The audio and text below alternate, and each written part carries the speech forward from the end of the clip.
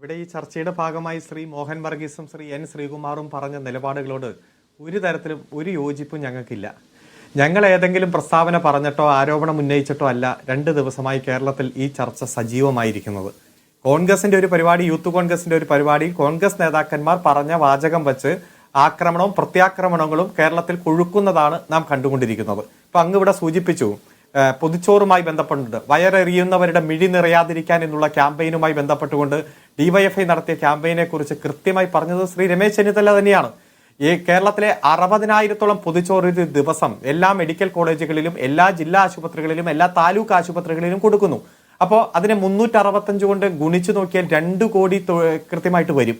അപ്പോൾ അതിന് ഒരു അധ്വാനമുണ്ടല്ലോ. ഒരു വീട്ടിൽ ചെന്ന് പറയുന്നു, ഇന്ന ദിവസം ഈ പഞ്ചായത്തിൽ നിന്ന് ഞങ്ങൾ പൊതിച്ചോർ ശേഖരിക്കുകയാണ്, നിങ്ങൾ സഹകരിക്കണം, എത്ര എണ്ണം തരാൻ പറ്റും, അതുമായി ബന്ധപ്പെട്ടുകൊണ്ട് ഒരു പ്രിപ്പറേഷൻ, അത് ആ വീട്ടിൽ തന്നെ ഒരു ഉത്സവ ഛായയിൽ തന്നെ ഇല വെട്ടി അതിൽ ഓരോ കറികൾ ഉണ്ടാക്കി അത് കൃത്യമായിട്ട് പൊതിഞ്ഞ് കാത്തിരിക്കുന്നു, അത് ശേഖരിക്കാനായിട്ട് പോകുന്നു, അത് ഏറ്റുവാങ്ങുന്നു. 11:30 ആകുമ്പോഴേക്കും എല്ലാ ആശുപത്രികളിലും എത്തുന്നു. അവിടെ കാത്തു നിൽക്കുന്ന രോഗിക്കും കൂട്ടിരിപ്പുകാർക്കും വൈകുന്നേരത്തേക്കുള്ള ഭക്ഷണം കൂടി ഉച്ചയ്ക്ക് കൊടുക്കുന്ന തരത്തിലൊരു മികച്ച ക്യാമ്പയിൻ. അപ്പൊ അതിനെപ്പറ്റി ഏറ്റവും മികച്ച അഭിപ്രായം പറയുന്നു. യൂത്ത് കോൺഗ്രസ് എന്ത് ചെയ്യുകയാണ്, ഇത് കാണുന്നില്ലേ എന്നതാണ് ചോദിച്ചത്.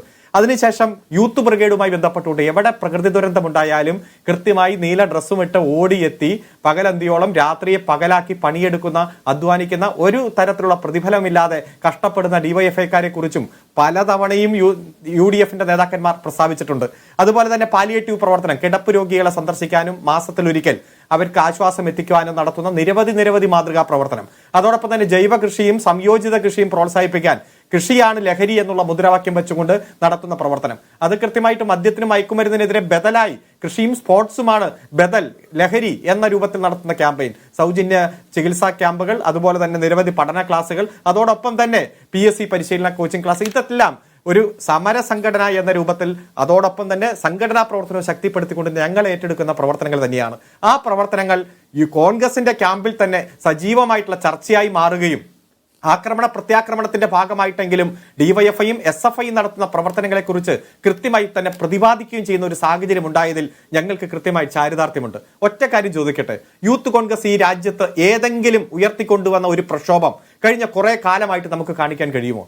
26 ടൂറിസ്റ്റുകൾ പഹൽഗ്രാമിൽ ആക്രമിക്കപ്പെട്ട ഭീകരവാദിയാൽ കൊല്ലപ്പെട്ടപ്പോൾ 2 ദിവസം യുദ്ധസമാനമായിട്ടുള്ള അന്തരീക്ഷം ഉണ്ടായി.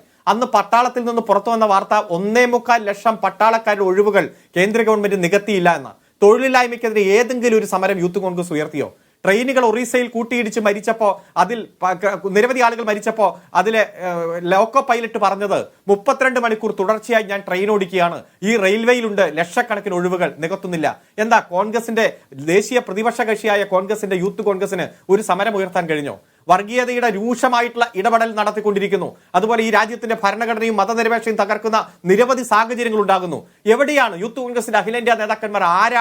ആരൊക്കെയാണ് എന്ന് നമുക്ക് ആർക്കറിയാം? അവർക്ക് ആർക്കും അറിയില്ല. ഒരു പ്രക്ഷോഭം നടത്താത്ത സാഹചര്യമാണ്. ഈ സംസ്ഥാനത്തും അടുത്ത കാലത്ത് അവർ കുറച്ച് പ്രക്ഷോഭം നടത്തി, നമ്മുടെ മുന്നിലുണ്ട്. പക്ഷേ എന്താണ് അതിന്റെ കോസ്? എന്താണ് അതിൽ റിസൾട്ട് ഉണ്ടായത്? ഇപ്പൊ സ്വർണ്ണക്കള്ളക്കടത്ത് എത്ര നാളത് പ്രക്ഷോഭം നടത്തി, ബിരിയാണി ചെമ്പ്, ഈന്തപ്പഴത്തിന്റെ കുരു, ഓരോ വിഷയം വരുമ്പോഴും നിരവധി സമരം എന്നെല്ലാം പ്രഖ്യാപിക്കപ്പെട്ടു. ഏതെങ്കിലും ഒരു സമരത്തിൽ ലക്ഷ്യം നേടുന്ന സാഹചര്യം ഉണ്ടായോ?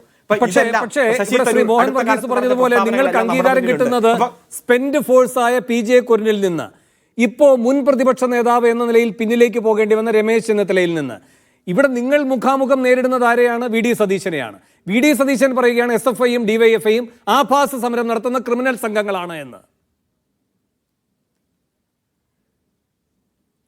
അതെ, ഒറ്റ കാര്യം, ഇപ്പൊ ചൂരൽമല മുണ്ടക്കൈ പ്രകൃതി ദുരന്തം ഉണ്ടായി. വേണുവിന് അറിയാലോ, ഈ 30-ാം തീയതി 1 കൊല്ലം തികയുക.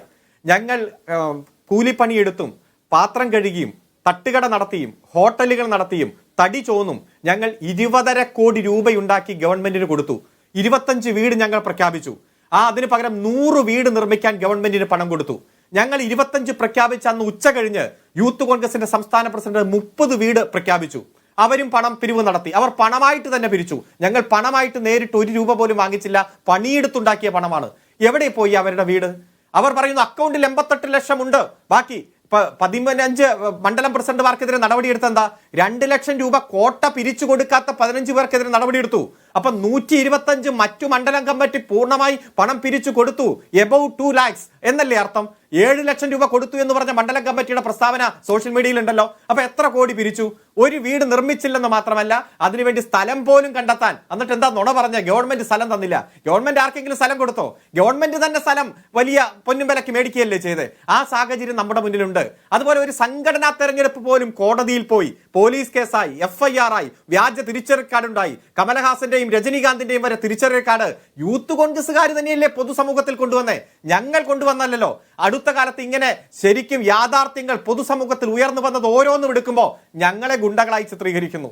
യഥാർത്ഥത്തിൽ ഗുണ്ടാപ്പണിയും തരികിട പരിപാടിയും ഇപ്പൊ പറഞ്ഞതുപോലെ വ്യാജ ഐഡന്റിറ്റി കാർഡും മറ്റു തരത്തിലുള്ള തരികിട പരിപാടികൾ ഒപ്പിക്കുന്നത് ആരാണ്? ഇതൊക്കെ പൊതുസമൂഹത്തിലുണ്ട്. ഇപ്പൊ പറയുന്നു മറ്റേ പല രൂപത്തിലുള്ള ആരോപണങ്ങൾ പൊതുസമൂഹത്തിൽ. ഇപ്പൊ പറഞ്ഞല്ലോ ND അപ്പച്ചനെ കൃത്യമായി DCC പ്രസിഡന്റിനെ തല്ലിയ കേസിൽ തന്നെ പ്രതിയായിട്ട് വരുന്നതും നമ്മൾ കാണുകയാണ്. അതുകൊണ്ട് ഞങ്ങൾക്ക് ഈ വിഷയത്തിൽ കോൺഗ്രസ് തന്നെ ഉയർത്തിയ വിവാദം കോൺഗ്രസ് തന്നെ ചർച്ച ചെയ്തോട്ടെ. അത് ഏതെങ്കിലും തരത്തിൽ ഞങ്ങൾക്ക് ആഹ്ലാദം ഉണ്ടാക്കുന്നില്ല. ഞങ്ങൾക്ക് അത് ഏതെങ്കിലും തരത്തിൽ മറ്റു തരത്തിലുള്ള ഒരു വികാരം ഉണ്ടാക്കുന്നില്ല. ഞങ്ങൾക്ക് ഈ സമരവും സംഘടനാ പ്രവർത്തനവും ഒരുമിച്ച് കൊണ്ടുപോകണം. യുവജനങ്ങൾ തെറ്റായ വഴിയിലേക്ക് പോകുന്ന നിരവധി പ്രവണതകൾ ഈ ആഗോളവൽക്കരണ കാലത്തുണ്ട്. അവയെ പ്രതിരോധിക്കാൻ, ശരിയായ വഴിക്ക് യുവത്വത്തെ നയിക്കാൻ നിരവധി ഇടപെടലുകൾ നടത്തണം. വർഗീയ ചിന്തകളിൽ വഴിപ്പെട്ടു പോകുന്ന തെറ്റായ ചതിക്കുഴികളിലേക്ക് പോകുന്ന യുവത്വത്തെ നേരിന്റെ വഴിക്ക് കൊണ്ടുവരണം. കോവിഡ് കാലത്തിന് ശേഷം യുവജനങ്ങളുടെ ജീവിത രീതിയിൽ വലിയ മാറ്റം,